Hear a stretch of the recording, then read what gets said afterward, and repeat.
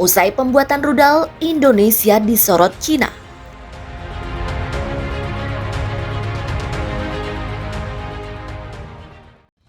Indonesia baru saja mendapat perhatian media Cina gara-gara pembuatan rudal di dalam negerinya.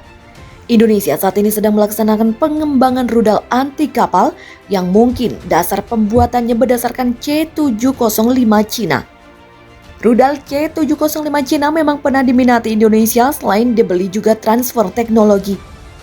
Hal itu sudah dilakukan Indonesia sejak 25 Februari 2014 lalu, di mana Indonesia mengimpor 40 unit rudal C705 beserta kesepakatan alih teknologi rudal. Sebanyak 2 uji peluncuran dilakukan, semuanya tepat sasaran. Pihaknya berharap dapat mengimpor 40 C705 untuk kemudian dirakit dan diproduksi di Indonesia.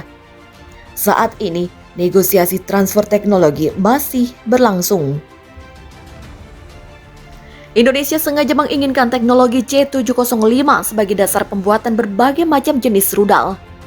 Rudal darat ke udara ke permukaan, dan udara ke udara hingga anti kapal nampaknya memang akan menggunakan basic C705.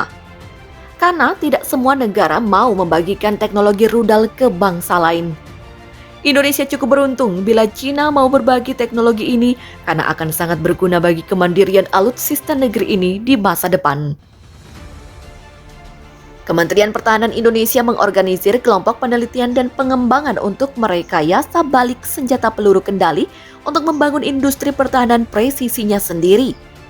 Target rekayasa balik pertama yang mereka temukan tampaknya adalah rudal anti kapal C705. Kementerian Pertahanan Indonesia mengatakan pihaknya ingin memperoleh teknologi canggih untuk mendapatkan kemampuan untuk membangun industri rudal anti kapal lokal dan memproduksi senjata di dalam negeri yang sangat penting untuk tujuan menjaga kedaulatan negara. Bahwasanya Indonesia memang sedang bergerak untuk mampu memproduksi rudal secara mandiri.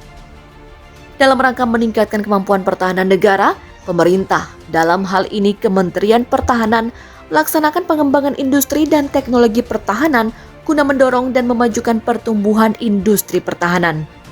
Diharapkan dengan penguasaan teknologi rudal tersebut dapat mewujudkan kemandirian industri pertahanan dalam memproduksi rudal nasional guna mengisi kebutuhan TNI dalam menjaga kedaulatan NKRI. Indonesia mungkin baru mentok di lini peroketan. Contohnya Erhan 122 yang menjadi munisi roket MLRS Indonesia. Erhan sebagai roket sudah cukup berbahaya bila mengenai sasaran.